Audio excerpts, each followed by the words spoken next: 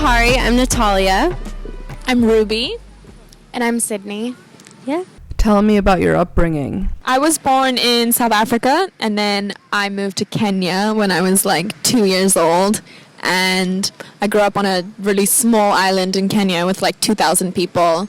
And yeah, I was just always obsessed with music, and then ended up moving out here when I was like 16 so I could pursue music. But yeah, I grew up in Kenya with my mom and my sister on an island. It was awesome. What does your mom do? My mom makes clothes. She's a clothing designer, so she goes to India and gets all her fabric and stuff and has a little store on the island. I was born in Nashville, and I lived there until I was like 5, and then we moved to Manhattan Beach, like we moved to LA. My dad used to be a movie producer. My mom used to be a recording artist in Nashville, and that's why we moved to LA. But then she stopped and like had a family, and here I am. I started acting at a really young age because it was like the only way I thought I could get into singing, but then I ended up meeting them and that worked out. I'm born and raised in Manhattan Beach, so I'm from LA. None of my family is musically talented whatsoever. They're all tone deaf. I asked Santa for a guitar one year for Christmas, and I got one.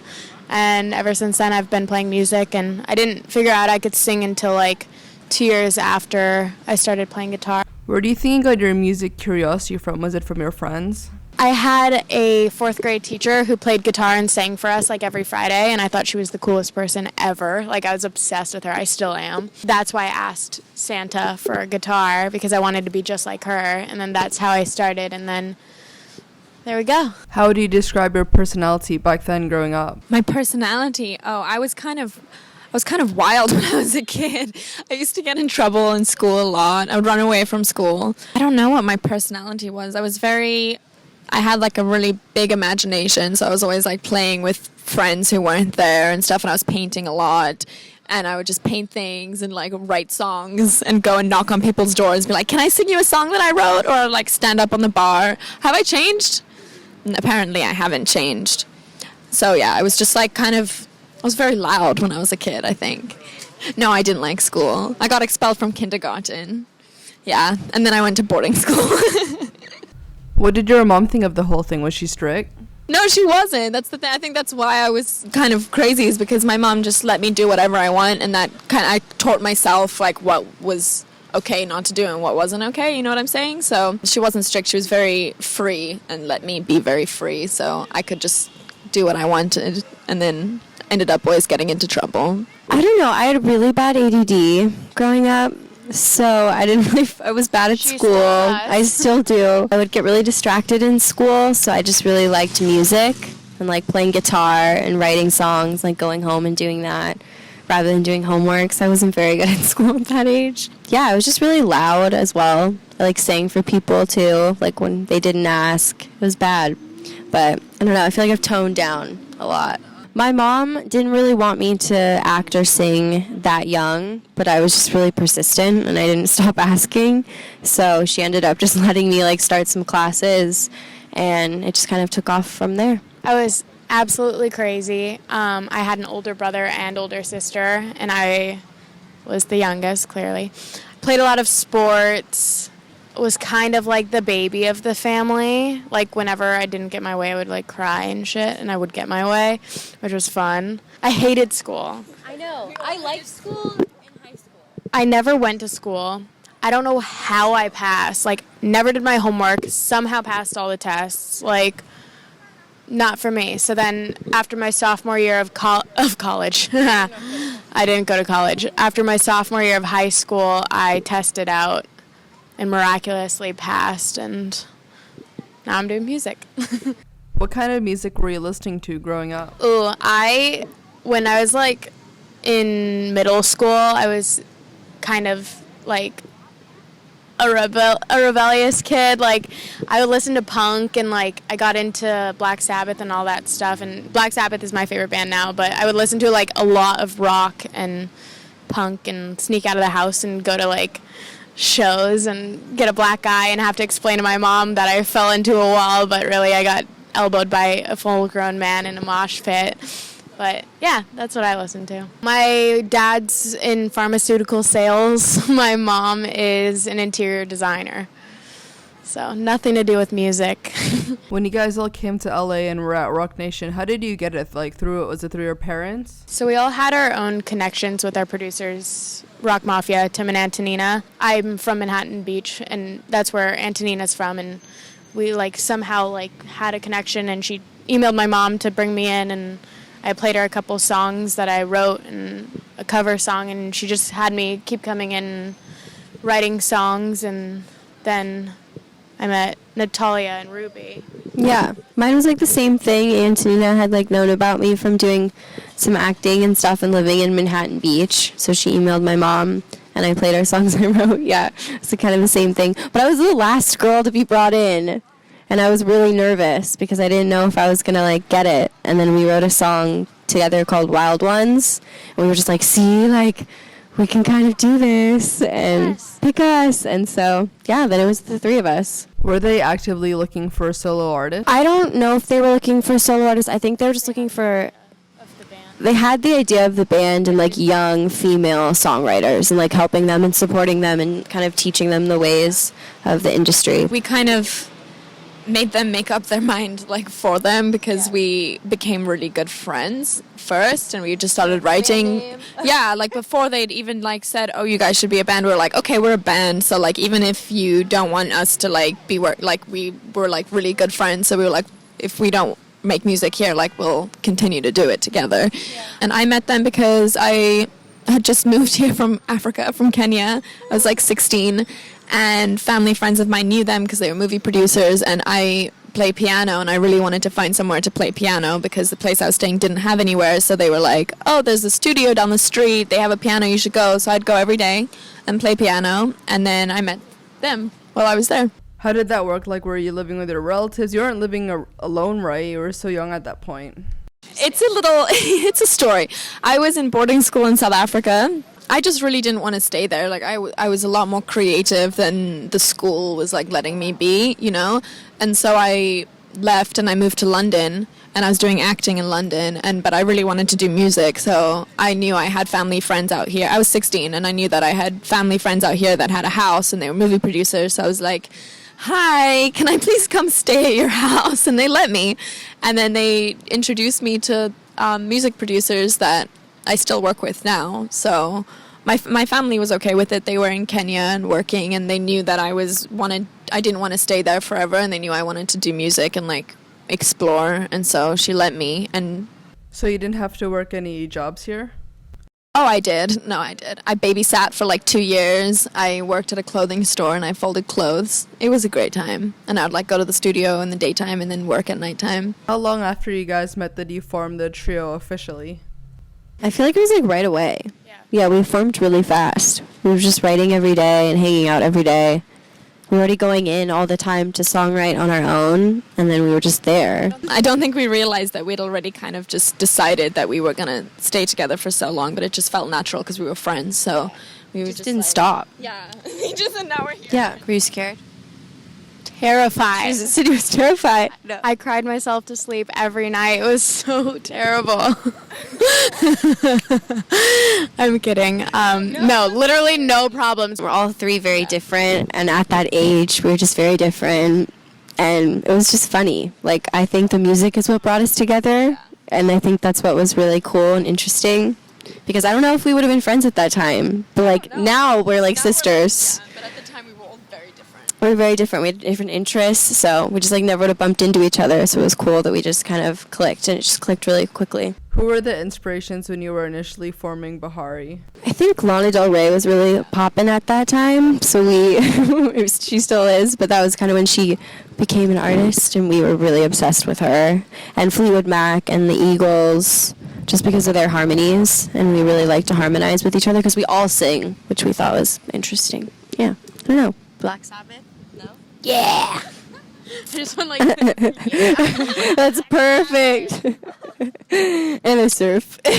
Kidding. You listen to a lot of Bob Dylan, so I feel lyrics are very important to us.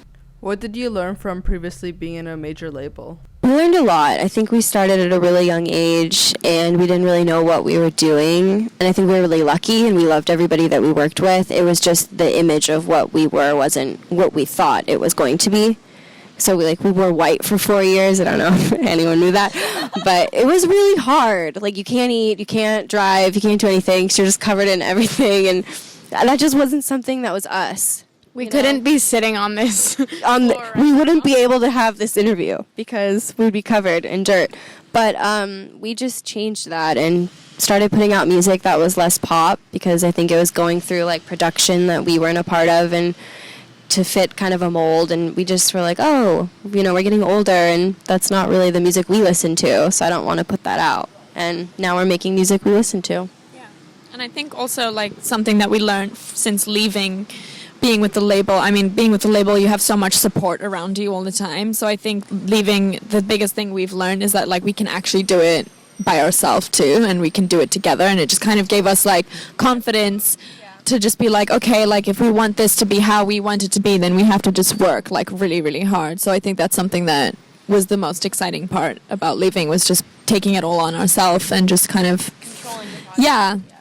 It's been fun. It's been really fun. Yeah, we've been really excited with what we've put out. I think the songs have been really cool. We've been fully writing the songs, so it's fun. Do you think you would re-sign to a record label?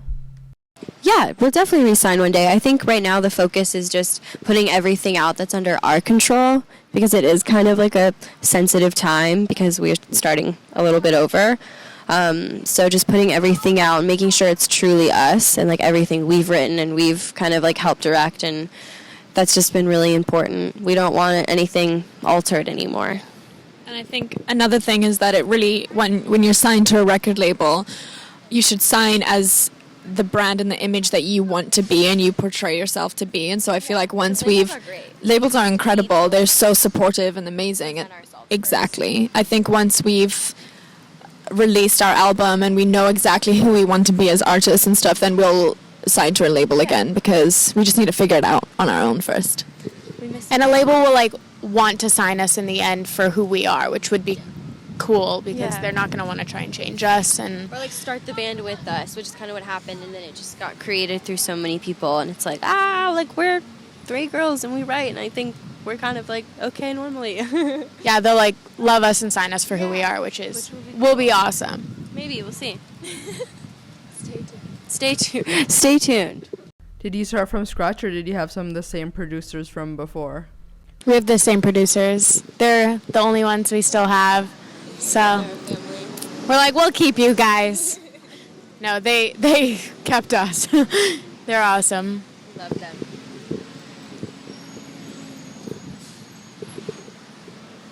What are the inspirations behind your music videos?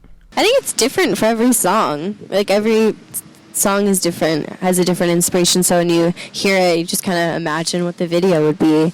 And it's been different. Like for Savage, we worked with our friend Enzo Mark and just kind of came up with the concept. It was like an action film, because this song was a little more like, I had a little more confidence, I feel like, than we kind of have every day. That was just something that you listen to feel better, and like you don't need that guy or you don't need that girl even. And so it was just a music video that kind of was a movie that portrayed that feeling. And then our other song that's called Fucked Up. Can I say that? Yeah, okay. The Up song. That one, we just wanted a video that kind of referenced the feeling of the song, how it just kind of loops, and the feeling of, shows us as a band with our instruments and stuff. And I think, the biggest inspiration behind our videos is like we're so lucky to live in LA with so many creative people, and a lot of the people who have directed our videos and helped us with it are our friends. So a lot of the inspiration just comes from our friends and them like being really creative and helping us with ideas of things, because I think we go to too many parties and we get too caught up in like the social life of LA sometimes. That to me like was what the song was about. It's like losing yourself in LA or anywhere, like even if you're partying too much at college and you just kind of take a step back and you're like, whoa, my priorities are really weird, like these aren't my real friends. Yeah. So I think that was just kind of that song. And also like chasing after a person, it can be like that in a relationship. It's like, what am I doing with my life? That kind of song. Everybody feels that way, I think, I hope. Yeah, I also feel like to like people our age, just people in general, are always like looking for something more and chasing after something next. It's not, people don't really like live in the now. So I think that's kind of just a song that we wrote to just kind of remind ourselves to just like slow down and think about what's going on around us instead of always chasing after what's next. Other than the record deal, what has been your biggest challenges so far? I think finding really what our exact image has been kind of a hard thing, because we've been on a label and like been told this is what you are, this is what you're doing, and then when we got off we're like, what the hell are we doing? Like, what the fuck?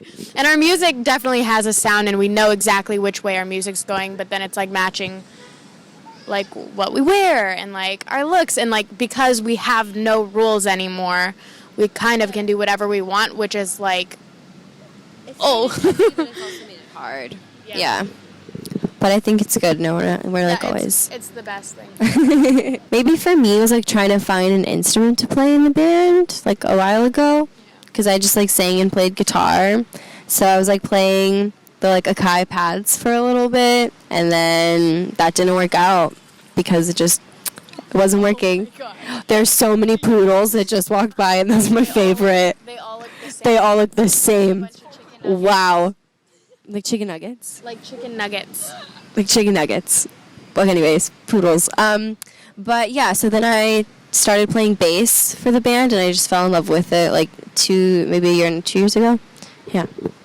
I think one of the biggest, like, what did you say, the challenges, I think was just like culturally adapting to living in America. It was a huge culture shock for me to move from Kenya to LA. It was really hard. And I mean, I've been here for 5 years, and there's still things that I don't know about or I'm still getting used to. So I feel like every day is kind of challenging to just, I feel like I've gotten better. There were so many things at first I was like, I don't know what that is. Like, I didn't have Disney Channel growing up, so I felt really left out when they would like sing along to Hannah Montana and stuff. Yeah, but I'm learning. I'm learning. I'm adjusting. Every day I adjust slowly. What does love mean to you? That's such a hard question. I think love is like, at least for me, I was brought up knowing that just love is something that you should always have with you no matter what, and you should share it with everything else in the world, including like bugs and everything around you is love. I don't know. Yeah. Nature. I like nature. Yeah, I agree. I don't know. It's just like an unconditional feeling of passion towards one thing or a couple things. What is love? Baby, don't hurt me. That's our answer. What do you want to be remembered for? Ooh. For our cool ass music and Sidney really likes the music we've been putting out lately. It makes me happy. But yeah, writing music and having people like just relate to it, I think, because that's like the biggest part for me was like growing up, and like even if it was like Taylor Swift, I'd be like, oh, like this is helping me through this. Like, so being that person for someone else, I think is important to us. Yeah. Because we are songwriters, like at the end of the day. That's like our bottom line thing. Thank you guys for watching. We're Bahari. Yeah.